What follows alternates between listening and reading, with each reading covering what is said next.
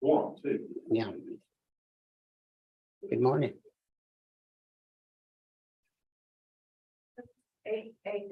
8 o'clock. We have a quorum. I call this meeting to order. Ma'am, Your mic. my mic is on. Yes, ma'am.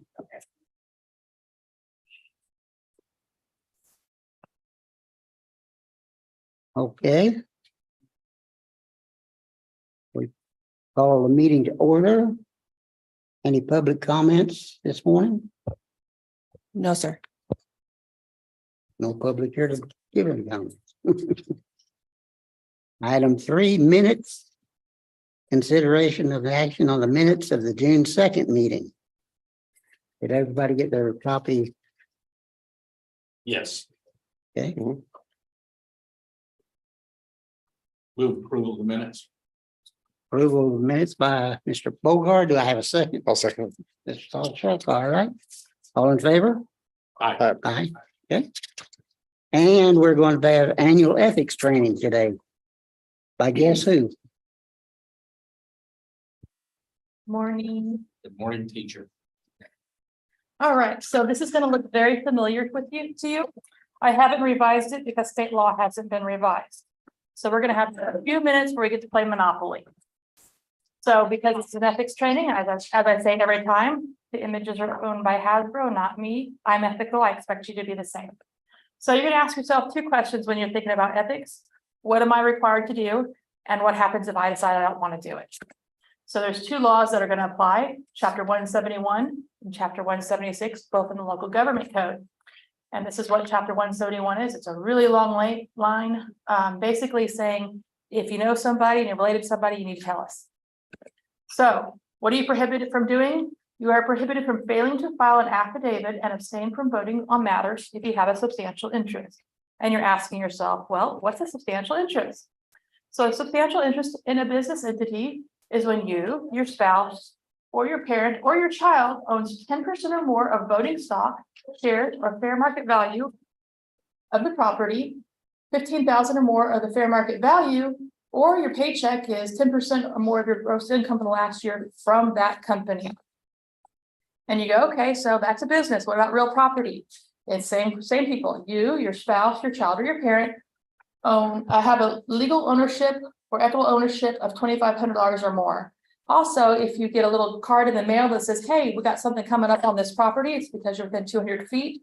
By law, you also have a substantial interest in that real property. So now you've determined you have a substantial interest. What should you do? You need to file an affidavit with the city secretary's office on Friday, as soon as you find out you have, before the agenda. And you need to state the nature and extent of your interest in the matter, put on their Chapter 171, check that little box, and abstain from participation in, discussion of, and vote on the matter. So we recommend that if that's the only item on the agenda, hopefully we're not needing for a quorum, you just don't come that morning. Give the city secretary's office know, hey, I've got a conflict, I won't be there. If there's multiple items on the agenda, we just ask you to step out and we'll come tap you on the shoulder and bring you back in. So you know what, this is all fun and games, but what happens if you don't want to do all that? No big deal. It's only a Class A misdemeanor, fine not to exceed $4,000, and depending on the judge, possibly a whole year in the county bed and breakfast. And if they're in a really bad mood, you could do both. So Chapter 176. This is disclosure of certain relationships between local government officers and vendors. I call these gifts, as does state law, but the district attorney office calls them bribes. I've never been bribed. I don't know any of you have been bribed. And if you have, please don't tell me. But this is your opportunity to put it on a piece of paper and brag about it so that it's called a gift and not a bribe. So what are you required to do? You have to file out that same financial disclosure form bragging about a gift. What kind of gifts do you have to tell us? And you have to do it no later than 7 days after you get this gift. So you have to tell us if you're related to a vendor within 3rd degree by blood or 2nd degree by marriage, when you or a family member received taxable income or equal or greater to $2,500 during the 12-month period prior to your being aware of the contract has been considered or entered into by the TIRZ. So when do you get to brag?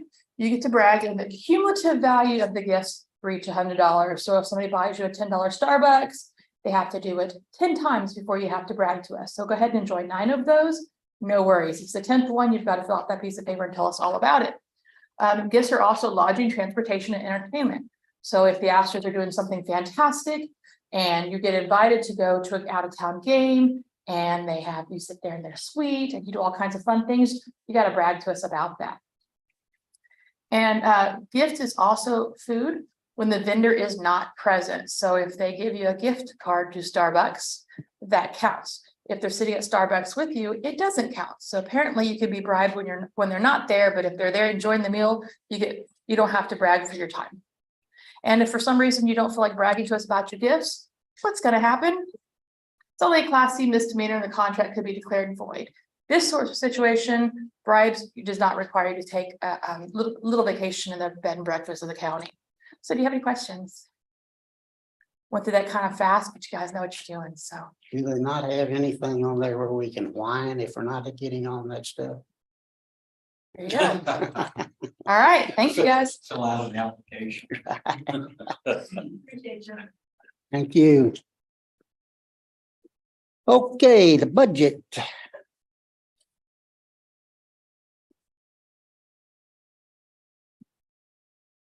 Can you read the caption, please? Mr. Smithers, can you read the caption, please? Sorry. You need to read the next item on the agenda. Consideration of an action.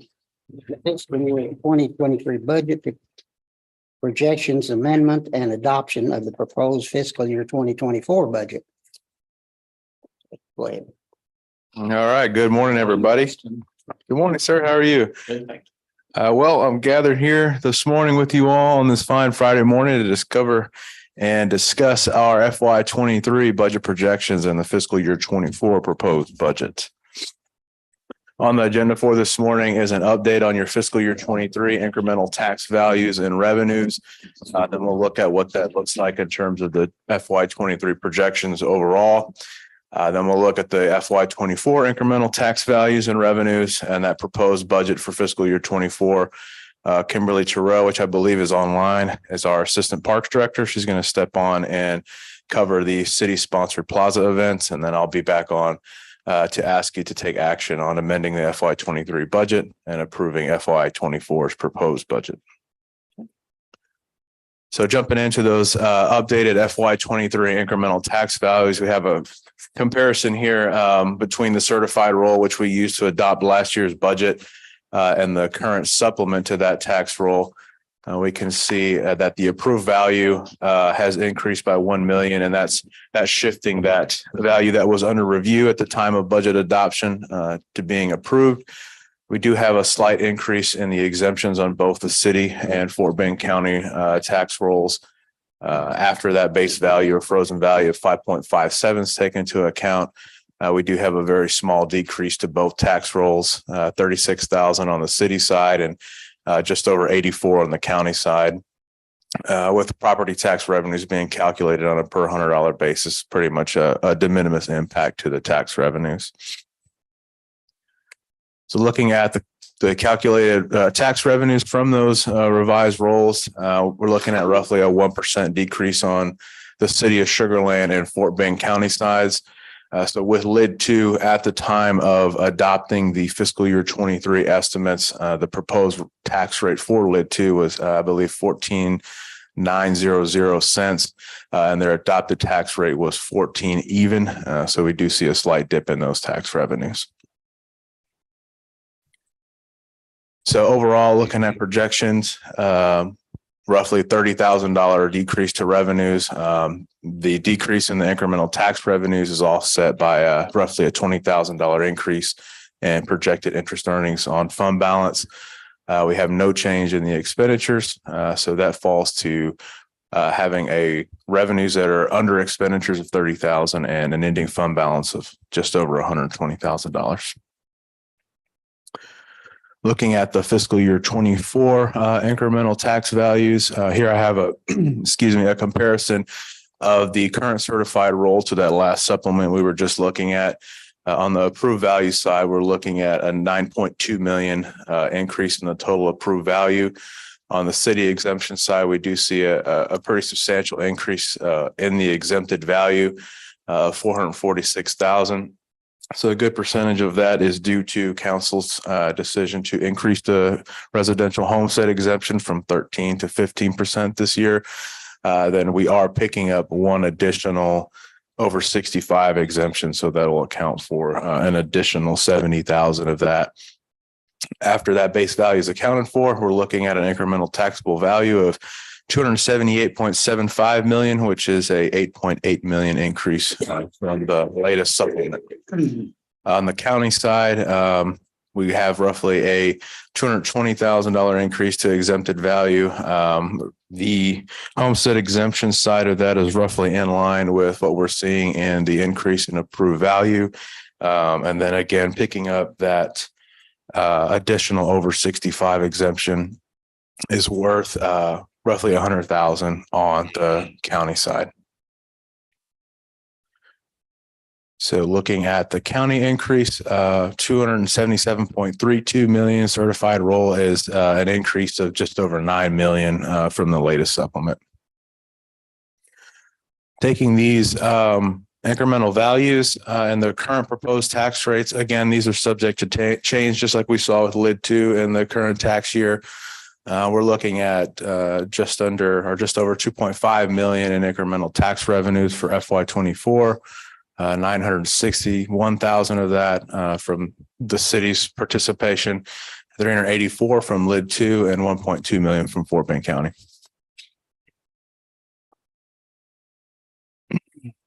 So what does that fund us? So that funds roughly 2.54 million in expenses. That includes just under 13,000 in operating expenses. Those are your items such as insurance, the audit costs, support services. Then you have your Property Owners Association events at 312,000.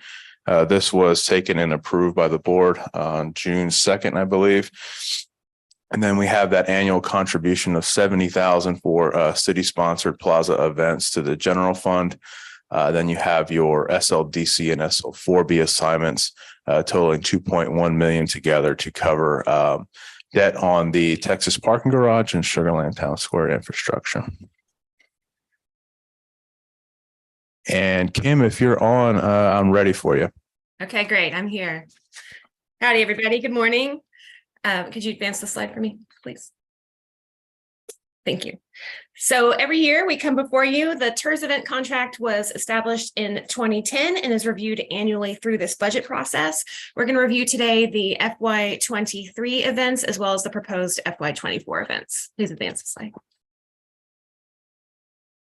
The $70,000 is funded through TIRZ 1 and it funds 2 events annually, and $50,000 of that goes to fund tree lighting and $20,000 of that goes to fund our Sugarland Fall Fest. Next slide, please.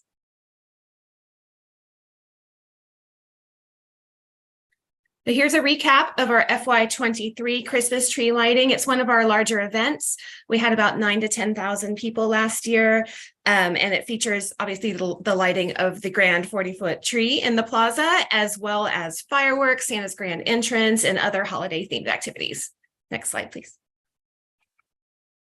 Fall Fest is our last event of this fiscal year and is actually happening later this month on the 23rd from 10 to 3. Please come out. We have about 2,500 to 3,000 people for this event. It's, hopefully it won't be 110 degrees, but, here's hoping. We'll have hay rides, pumpkin patch. We have musicians and artisans, and it's got a good carnival atmosphere. Next slide, please. So here's our proposed FY24 budget. It's exactly the same as the FY23 budget with $50,000 for tree lighting and $20,000 for Fall Fest. Next slide. And here's our upcoming schedule. Our tree lighting, save the date, Friday, December 1st in the plaza from 5 to 8 p.m. And then our Fall Fest for FY24, we haven't set the date yet, so TBD. And that's all I have for you. All right. Thanks so much, Kim, for jumping on and covering that for us. So with all the information we just covered, you're looking at 2.56 million in total revenues, including your incremental property tax and interest earnings on fund balance. And then you've got 2.54 in expenses, 325,000 of that in operating, and the 2.2 in non-operating, those being your corporation assignments. For revenues that are over expenditures by just over 25,000, leaving an estimated ending fund balance in FY24 of 145,000. And with that, I'll take any questions from you. Questions?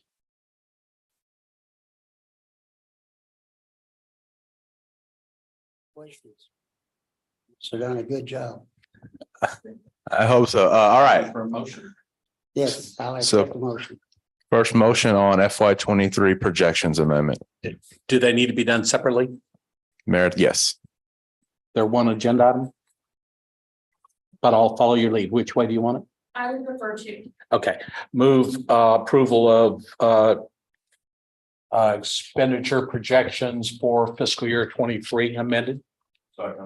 Second, okay. All in favor? Aye. Any opposed? All right, Okay, and then I'll move to approve the fiscal year 2024 budget. second. Second by Jerry, all right. Any opposed? All in favor? Aye. Okay, thank you. It's done.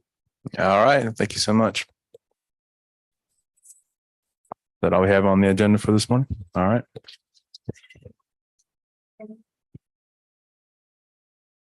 You can make a motion to approve, to adjourn. Motion to adjourn. We make the motion. I'll move. Okay. Any opposition to that? Thank you all for coming today. All right, thank you.